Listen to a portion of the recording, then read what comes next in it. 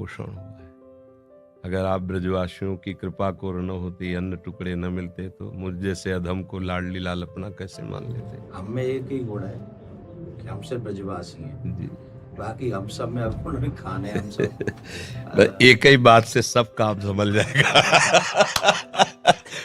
हाँ, हमारे प्रभु संबंध को बहुत निर्वाह करना जानते हैं। प्रीत की रीति रंगीलो ही जाने। संबंध का निर्वाह अगर कर सकते हैं तो बिहारी बिहारी जो कर सकते हैं, और तो सब गुणों का निर्वाह करते हैं। गुणवान है तो उसे प्यार देते हैं, लेकिन संबंध का निर्वाह हमारे केवल प्रभु ही करते हैं। और ये ठसक ब्रजवासियों में गर्व से ही होती है, क्योंकि प्रभु मेरे हैं। जो यहाँ उपासना में सीखा जाता है कि मैं भगवान का, भगवान मेरे, बड़े बड़े संत इसे सिखाते हैं, वो यहाँ इस रज में पैदा हुए कि ठसक होती है। कन्हैया हमारा, श्री कृष्ण हमारा, तुम उपासना करो, हम तो इसके घर के हैं, इसके साथ खेल।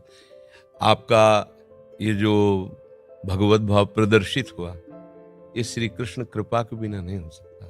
चार लोग प्रणाम करें तो हम अपनी सीमा में आ जाता है। आप हमारे गुरु स्वरूप हैं, ब्रजवासी हैं, आप हमारे अन्नदाता हैं, यहाँ का हम टुकड़ा पाया है। देखो, बातें बनाना अलग बात है, हम हृदय की बात कहते हैं।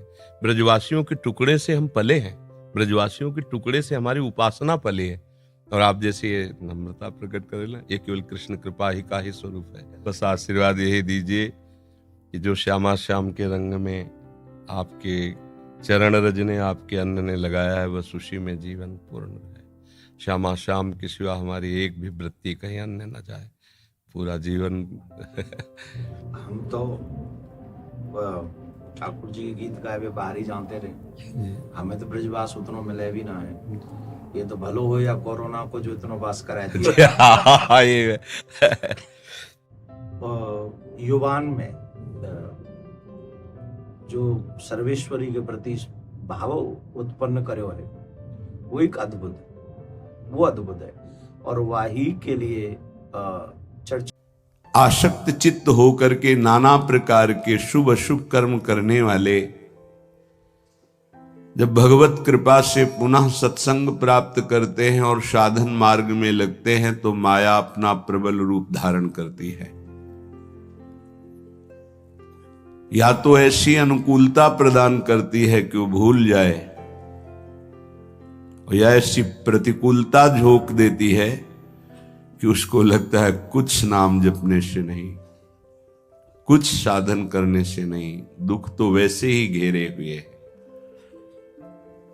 धैर्य छूट जाता है और भगवत मार्ग से विमुख आचरण करने लगता है। इसलिए उपासक को बहुत सरल ढंग से समझना चाहिए कि पुरानी फसल यदि बाजरा बोई है और बाजरा की रोटी मिल रही, तो अगली फसल गेहूं बो दिया तो कल ही नहीं रोटी बना लोगे। 5-6 महीने लगेंगे किसान मेहनत करके, खेती तैयार करके, दाना बो करके, सींच करके, संभाल करके, फिर भी वो अतिवृष्टि, अनावृष्टि, ओले वृष्टि आदि से बच जाए, सुरक्षित हो जाए, तो सुरक्षित अनाज घर आ जाए, फिर वो पीस कर रोटी बना सकता है। तुम अनंत जन्मों से मनमानी आचरण करते रहे, आज नाम शुरू किया है तो वो तूफान नहीं उठेगा, नष्ट करने के लिए वो अपना स्वरूप धारण करेगा। उसकी गुलामी सहते रहे हो अभी, काम क्रोध लोभ मोह मद मत्सर। अब तुमको धैर्य पूर्वक नाम को पकड़े रहना। जैसे